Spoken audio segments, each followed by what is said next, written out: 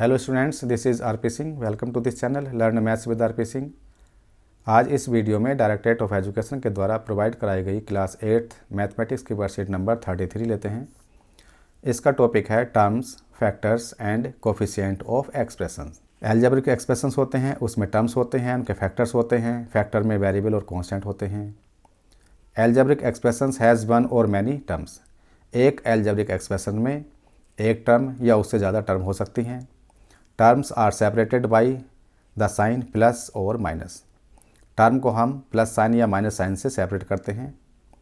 Term can have one or many factors. एक term में एक या उससे ज़्यादा फैक्टर हो सकते हैं। Any factor of a term is called the coefficient of the product of the remaining factor. Term का कोई भी फैक्टर रिमेनिंग फैक्टर का कोफिशिएंट होता है। Write the expression with the term given below. ये 5x/7 zx 8lk and -10 8mn 7ab -6gf and -5 -7pr 5lm 2gh and 6x। तो यहाँ पर एक्सप्रेशन बनाने हैं हमें। इनको ऐड करके भी एक्सप्रेशन बन सकता है, जैसे कि हमने लिख लिया 5xy + 7zx + 8lk -10। इस तरह से ये भी एक्सप्रेशन बन सकता है। ऐसे ही इनके एक्सप्रेशन बन जाएंगे। यहाँ पर एक एक्सप्रेशन दिया हुआ है एल्जेब्रिक एक्सप्रेशन 4x/- 5x + 6। हम देखेंगे यहाँ पर क्या क्या चीज़ें हैं। इसकी फर्स्ट टर्म है 4x/, ये लिखा हुआ है। सेकंड टर्म माइनस का 5x, क्योंकि साइन भी लेते हैं हम साथ में, माइनस साइन है यहाँ पर, तो सेकंड टर्म -5x होगी। थर्ड टर्म प्लस का 6 है। अब इन टर्म्स के फैक्टर्स करेंगे। ये फर्स्ट टर्म है, इसके फैक्टर्स क्या हो जाएंगे। पहले हम करेंगे 4 का फैक्टर। तो 4 के फैक्टर 1 2 4 हो गए। एक x है, x आ गया। एक y है, y आ गया। ये सब इनके फैक्टर्स हो गए। यहाँ पर -5x टर्म है, इसके फैक्टर्स क्या होंगे। एक तो हम 5 ले लेंगे, 5 ले सकते हैं, उसके बाद माइनस का 1 ले लिया हमने और एक x हो गया। थर्ड टर्म 6 है, इसके फैक्टर्स 1 2 3 6। इसका मतलब है कि हम 6 को 1 से डिवाइड कर सकते हैं, 2 से कर सकते हैं, 3 से कर सकते हैं, 6 से कर सकते हैं। तो ये सभी 6 के फैक्टर्स हो गए। अब यहाँ पर हमें देखना है टर्म्स में कांस्टेंट पार्ट कौन सा है एंड वेरिएबल पार्ट कौन सा है। तो 4xy है, इसमें 4 कांस्टेंट है, xy वेरिएबल पार्ट है। -5x में -5 कांस्टेंट है, x वेरिएबल पार्ट है। और यहाँ 6 में कांस्टेंट पार्ट 6 है, वेरिएबल पार्ट नहीं है। Let's find coefficient. First term 4xy, इसके फैक्टर हो गए 4xy। यहाँ पर कोफिशिएंट ऑफ 4। अगर हम बात करेंगे कोफिशिएंट ऑफ 4 का, इसका मतलब 4 की किस नंबर से मल्टीप्लाई हो रही है वह उसका कोफिशिएंट हो जाएगा। तो इसके लिए xy 4 का कोफिशिएंट हो गया। और अगर हमें xy का कोफिशिएंट निकालना है तो xy की मल्टीप्लाई किस नंबर से हो रही है वह उसका कोफिशिएंट हो जाएगा। तो xy का कोफिशिएंट 4 हो जाएगा। कोफिशिएंट ऑफ x की मल्टीप्लाई किस नंबर से हो रही है, ये नंबर है 4xy। तो x की मल्टीप्लाई 4y से हो रही है, तो कोफिशिएंट ऑफ x हो गया 4y।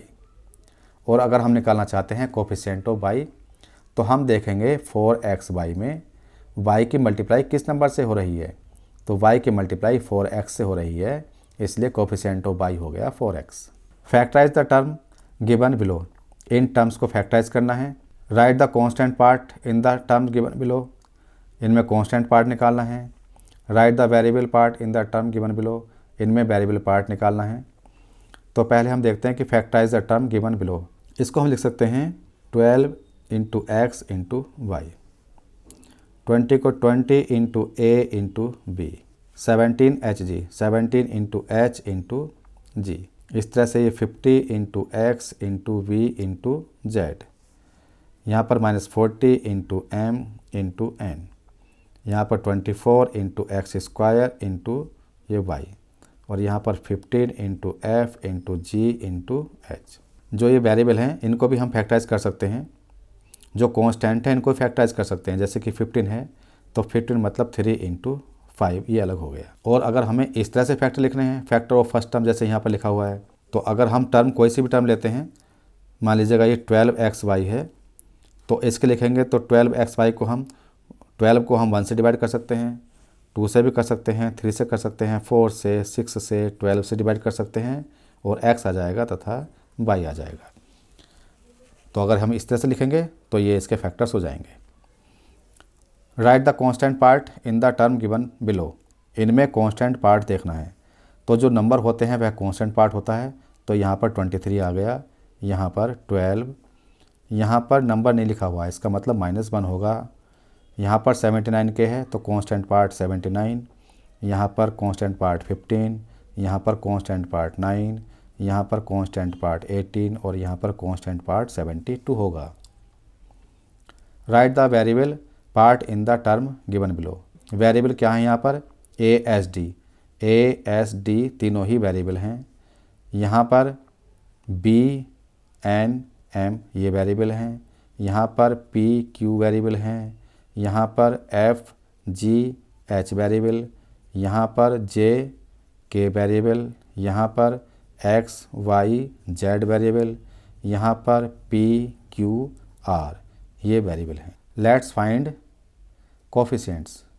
सेकेंड टर्म -5x है, ये हमने यहाँ से ली है। Factor of the term 5x - 1, ये इसके फैक्टर हो गए।